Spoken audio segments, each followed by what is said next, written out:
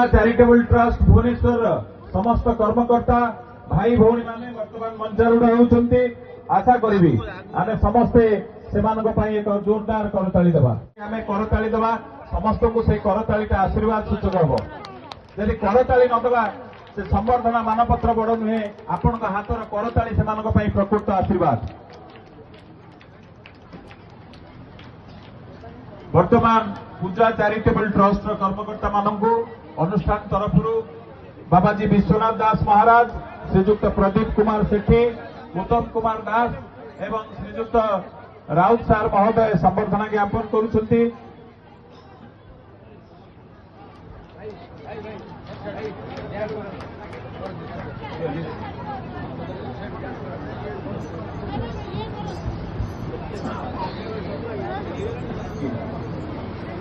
निमंत्रण करी निवेदन रखी बाबाजी विश्वनाथ दास महाराज।